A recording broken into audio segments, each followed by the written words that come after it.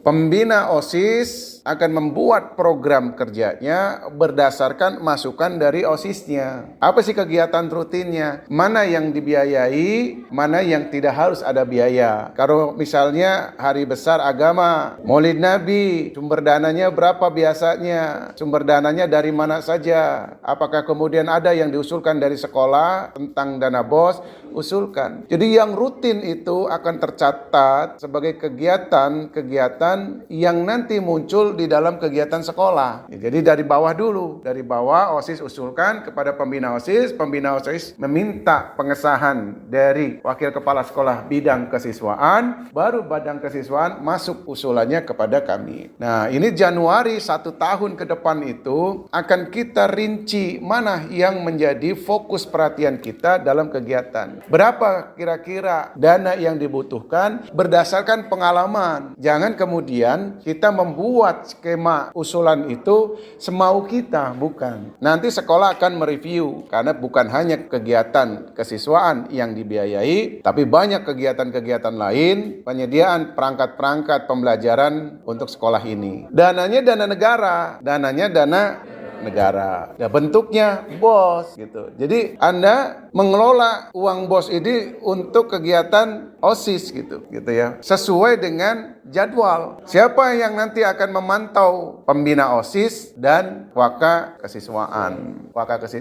Karena semua uang yang kita gunakan milik negara harus dipertanggungjawabkan secara benar. Tidak boleh untuk kepentingan pribadi. Tidak boleh untuk memperkaya diri, itu nggak boleh gitu ya.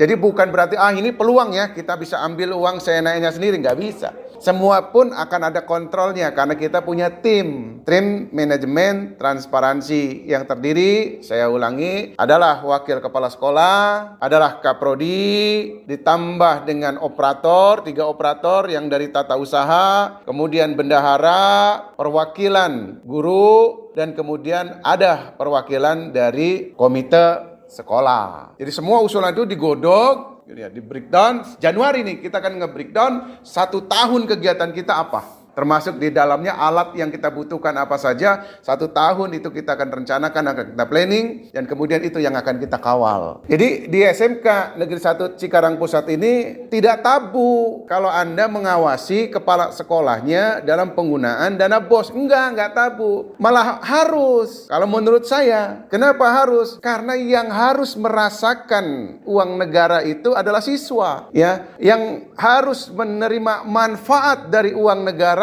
itu adalah siswa. Dalam bentuk apa? Dalam bentuk pembelajaran. Kalau reguler di sekolah, maka harus dicukupi peralatannya. Komputernya, kalau memang praktek komputer, ya komputernya harus ada. Masa iya pakai daya khayal gitu? Nggak bisa. Harus ada komputernya. Kalau ada mesin, ya mesinnya harus ada. Kalau di elektronika butuh yang disebut dengan peralatan kelistrikan, ya harus ada gitu ya. Jadi nggak ngayal gitu ya, nggak teoritis, tapi harus betul-betul praktek, dikawal itu ya. Nah, nanti akan kita lihat, diperlihatkan, ini loh tahun ini kita akan beli ini. Nanti Anda cek barangnya ada enggak tuh ya. OSIS tugasnya gitu tuh kan, kita nanti dipampang, ada nggak nih alatnya? Oh, sudah datang ya. Kemarin kita sudah beli 5 unit komputer, sudah datang. Kita beli 5 unit infocus, sudah datang. Kita beli misalnya mebeler, sudah datang ya. Semua yang kita beli sudah diselesaikan. Bangunan sudah kita selesaikan. Nah, itu Anda juga ikut ngawasi ya,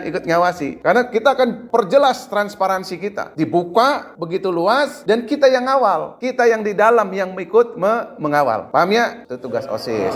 Jadi OSIS punya juga keharusan untuk memberikan masukan kepada kepala sekolah ya. Bisa secara langsung, bisa secara pendelegasian melalui wakil kepala sekolah bidang kesiswaan. Boleh memberikan masukan, boleh memberikan nasihat, boleh ya. Apapun yang ingin Anda sampaikan, usulan pun boleh.